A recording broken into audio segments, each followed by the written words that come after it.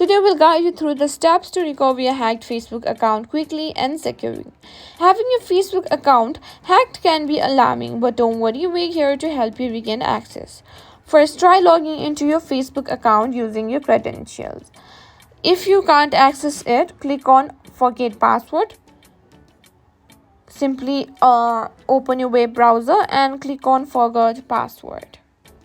Facebook offers several recovery options. You can choose to receive a code via email or SMS depending on what's linked to your account. Simply enter your mobile or email address, whichever your account is linked to. If your account has extra security settings like two-factor authentication, Facebook may prompt you to enter a code from your Authenticator app. If you suspect malicious activity or unauthorized changes, report your hacked account to Facebook. Use the Report Compromised Account link for assistance. After recovering your account, you need to update your password to strong unique one.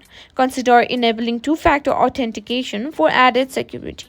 Remember, staying vigilant online is crucial. Be cautious of phishing attempts and monitor your account activity regularly. And that wraps up our guide on recovering a hacked Facebook account.